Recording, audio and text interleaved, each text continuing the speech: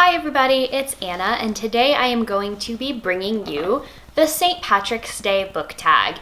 This book tag I originally found over on the channel The Princess and the Scrivener, Paige, where Paige and Kathy Tryhart did the tag together. So I go have the questions on my phone and we will go ahead and get into that. So the first question is St. Patrick's Day, what is your favorite green book? My favorite green book, this was really difficult because a lot of my favorite sort of picture books, comics, all ages books have a lot of green on them, but I decided to pick an actual novel, and that's The Buried Giant by Kazuo Ishiguro. This is a retelling of the King Arthur legends from the point of view of Axel and Beatrice, who are an elderly married couple living during the twilight of the Camelot years that are going on their own sort of grail quest, I suppose, to find their son. The next question is Corned Beef and Cabbage, a book that made you hungry. I don't have this one with me right now, but the book that definitely makes me super hungry is Farmer Boy by Laura Ingalls Wilder.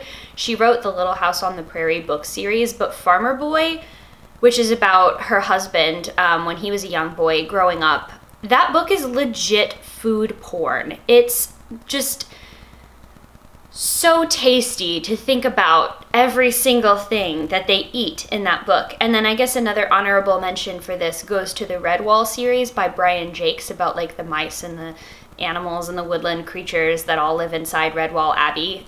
Brian Jakes actually wrote those novels for a school for blind children that was near where he lived, so he tried really hard to make all of the descriptions very extra sensory. So like besides just this is what this thing looks like, he describes tastes and smells and sounds. Whoop, lost my phone there. He describes all of those in such great detail that I will never forget the first time I read the feast scene in the opening of the first book. So the next one is Four Leaf Clover, a book or item that was a rare good luck find.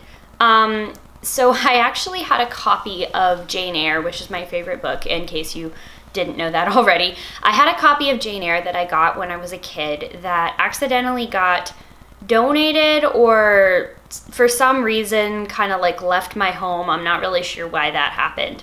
And I found it years later. My home was in Florida. I found it years later in a thrift shop in New Jersey. And it was the exact same book. Like it had the inscription that like the person who previously owned it had written to the person that they gave it to inside the book. And I like went up and told the lady behind the counter and she was like, yeah, cool story. And I was like, well, I'm gonna buy it because this is like the copy of the book that I had as a child and I really want it back. So that was very lucky. Irish Whiskey, a book so bad you needed a drink to get over it. This one was really hard to narrow it down because you've only really seen the positive side of my book loving on BookTube, but that's about to change. And that book for me was Artemis by Andy Weir. Andy Weir is also the author of The Martian, which is about Mark Watney, the scientist that accidentally gets left behind and stranded on the planet Mars and like lost in space and all that. I was really excited for Artemis because it was billed as like a heist on the moon type of story, and I really like heist stories, and I knew there was going to be a female protagonist, so I was really excited by that. And this book was just a garbage fire of every sexist trope in the book. The story was not interesting. I did not care about the sort of half-assed romantic subplot, and I didn't really like any of the people in the book. Like, I know you're not supposed to necessarily find all characters likable all the time. That wasn't what I meant. I just meant that these characters were just these flat, shallow caricatures of people. They did not read as people. I think it can sometimes be very enjoyable to read about unlikable people, but they still have to read as actual people. So yeah, hours of my life that I'll never get back from reading that. Okay, next up is Irish Dancing, a book so good it made you want to dance in excitement. Yeah, The Prince and the Dressmaker. This won't surprise anybody since I can't make a video now apparently without bringing up The Prince and the Dressmaker, but this book is very sweet. I'll link a video where I talk about it a little bit more in depth so you can go watch that and learn more about it if you want, but this book just made my heart sing with joy. Okay, next is Ireland, a book that made you want to travel to another country. So I'm not going to pick any of the books that made me want to travel to countries that I have already been to. For those of you who don't know, I'm American, so I've been to the United States. I've also been to Canada. I've been to Nassau in the Bahamas, and I've been to France and England, and that is it. So I'm not going to I'm not going to bring up any books that inspired me to travel to England because I have already been there. I'll do a book that inspired a country I have not been to, which is India. And there were two books that I read around the same time that made me want to go there. One of them was Kim by Rudyard Kipling, and the other was Haroun and the Sea of Stories by Salman Rushdie. So clearly these are two very different portrayals of the country.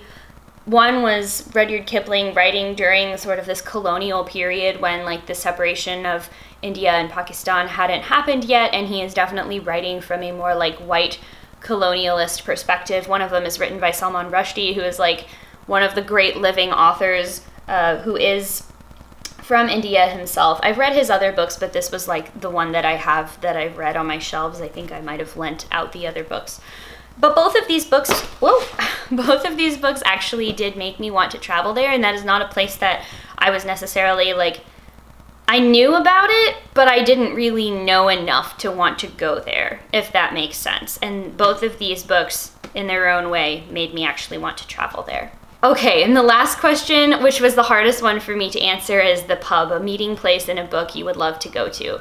I tend to try and stay away from answering Harry Potter and Lord of the Rings answers to book tags, just because we all know that we would choose to go to like the Green Dragon or Our House's Common Room or wherever, but I'm not going to do that. So I'm going to say this one was a tie between the Aeolian, which is the sort of musical concert hall slash bar from The Name of the Wind by Patrick Rothfuss, and the Roanoke's Cabin from the Lumberjanes book series, which is where all of the girls who are the protagonists of the series stay while they're at the camp, and just I would like to go to that camp in general.